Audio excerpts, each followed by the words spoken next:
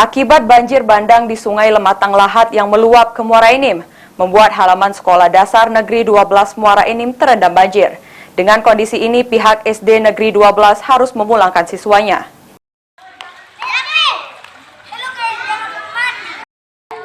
Banjir kiriman akibat luapan Sungai Lematang membuat Sungai Enim ikut meluap, sehingga merendam halaman Sekolah Dasar Negeri 12 di Desa Kepur, Kota Muara Enim.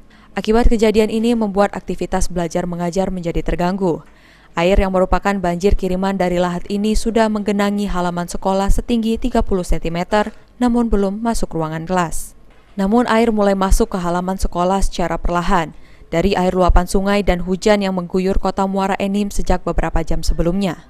Israwati, Kepala Sekolah SD Negeri 12 mengatakan kondisi banjir di sekolahnya merupakan banjir kiriman hasil dari luapan Sungai Lematang Lahat yang turun ke Sungai Enim, Kabupaten Muara Enim, serta hujan juga mengguyur dan drainase di kawasan sekolah kurang baik sehingga merendam halaman sekolah.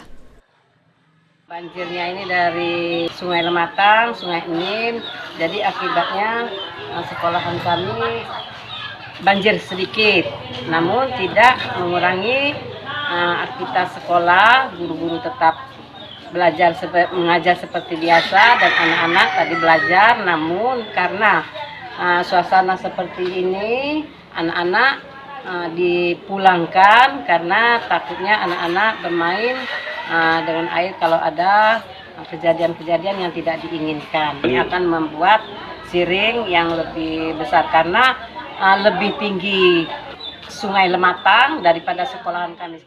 Selanjutnya, Israwati berharap agar tidak lagi turun hujan supaya debit air sungai tidak kembali meningkat. Dan selanjutnya, selaku Kepala Sekolah, Israwati meminta kepada pemerintah daerah dan pihak lain bisa membantu untuk membuatkan siring atau drainase sehingga bisa mencegah masuknya air dari sungai. Mardiansyah, PAL TV.